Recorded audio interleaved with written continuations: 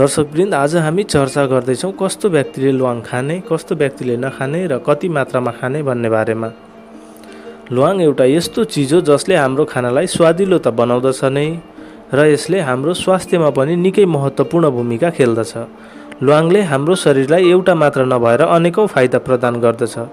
आउनुहोस्, ल्वाङले हाम्रो शरीरमा के फाइदा गर्छ, यसलाई कति खानुपर्छ, यसमा कुन कुन तत्त्व पाइन्छ भन्ने बारेमा जानौँ। ल्वाङमा रोग प्रतिरोधक तत्त्व पाइन्छ। यसमा potassium, sodium, phosphorus, iron, manganese, fibre, vitamin K, vitamin C, omega 3 acid, eugenol, magnesium र क्याल्सियम मुख्य रूपमा पाइन्छ। यसको अलावा पनि ल्वाङमा अन्य धेरै तत्त्व पाइन्छ जुन हाम्रो शरीरलाई ज्यादै फाइदाजनक हुन्छ। आउनुहोस्, यसका फाइदाका बारेमा जानिराखौँ।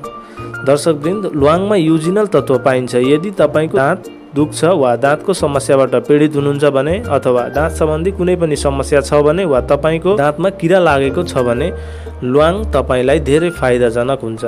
राति सुत्ने बेलामा 1 वा 2 वटा ल्वाङलाई मजाले चपाएर मनतातो पानी पिउनु भयो भने तपाईँलाई दाँत सम्बन्धी समस्याबाट मुक्ति मिल्दछ। तर ल्वाङ खाँदा फुल भएको ल्वाङ खानुपर्छ।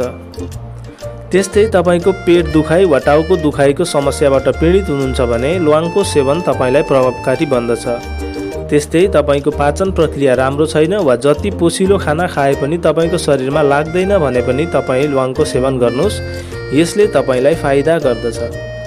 त्यस्तै बदलिदो मौसमको कारणले लाग्ने रुगा, खोकी, सर्दी आदिको लागि पनि ल्वाङ अत्यन्त फाइदाजनक हुन्छ। त्यस्तै सास सम्बन्धी बिरामीका लागि पनि ल्वाङ फाइदाजनक हुन्छ। यदि तपाईँको सास गनाउने, सास फेर्न अप्ठ्यारो हुने खालका समस्या छ भने पनि तपाईँलाई ल्वाङ फाइदाजनक हुन्छ।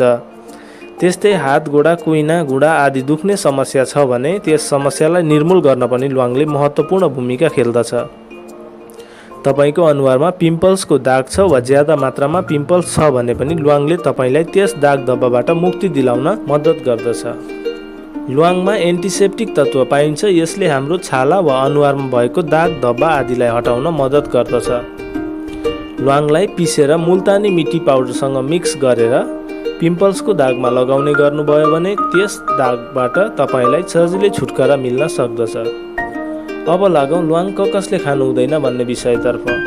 यदि कसैको खुन पातलो छ वा खुनलाई पातलो बनाउने दबाई खाँदै हुनुहुन्छ भने ल्वाङ नखानुहोस्, किनभने ल्वाङले खुनलाई पातलो बनाउँदछ।